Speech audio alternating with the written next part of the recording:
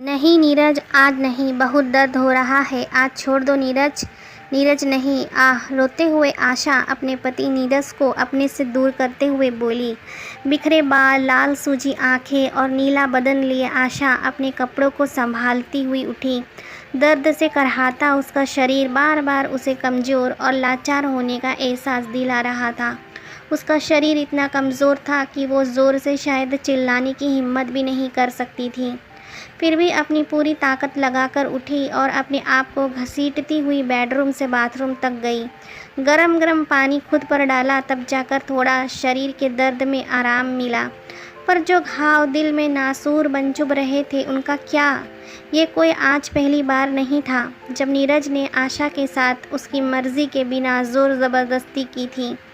ये सब तो उसके लिए रोज़ का काम था। नीरज और आशा की शादी को अभी 2 साल ही हुए थे, पर इन 2 सालों में शायद ही कोई ऐसा दिन गया हो जब आशा की चीखों ने घर की दीवारों को ना रुलाया हो। अब तो शायद वो दीवारें भी उसके रोने की आदी हो गई थीं।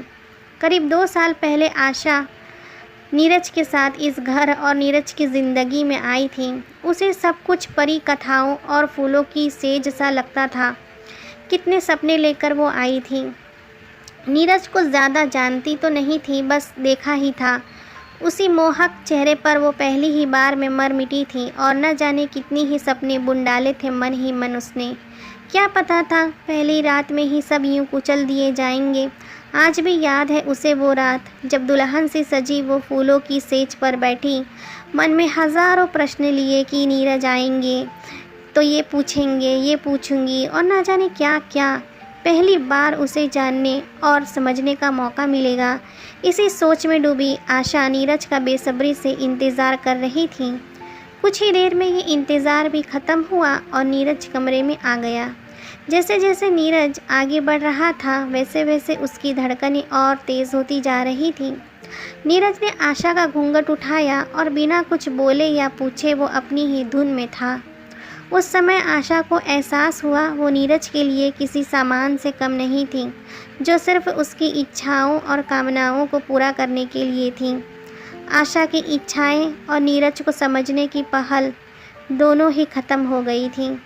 वो पहली रात अब हर रात की कहानी बन गई थी। नीरज आता और अपनी इच्छाओं को संतुष्ट कर चला जाता।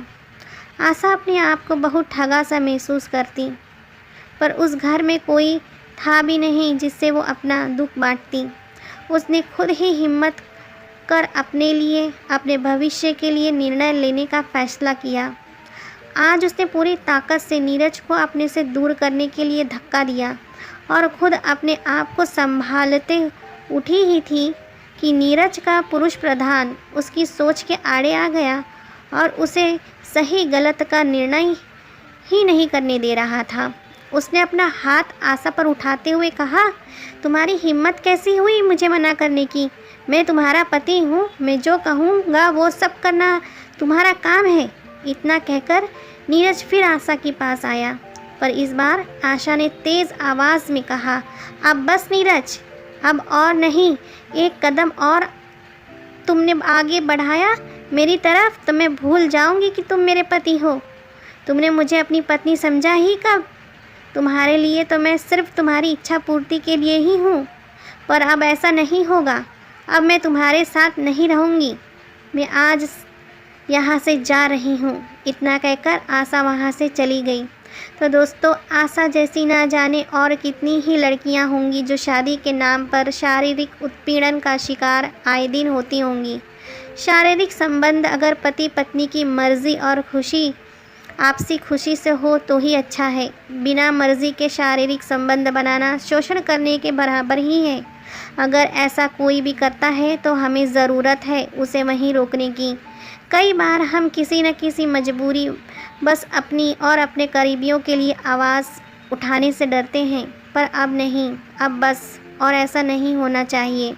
तभी हम अपने आप को और अपने आसपास के लोगों को इस घिनौने भ्रमजाल से निकाल सकते हैं। दोस्तों, आपकी क्या राय है इस कहानी और विषय पर? लाइक कमेंट करके ज़रूर बताइएगा। चैनल पर नए हो तो सब्सक्राइब ज़रूर से करिएगा। मिलते हैं अगली कहानी में। तब तक के लिए धन्यवाद।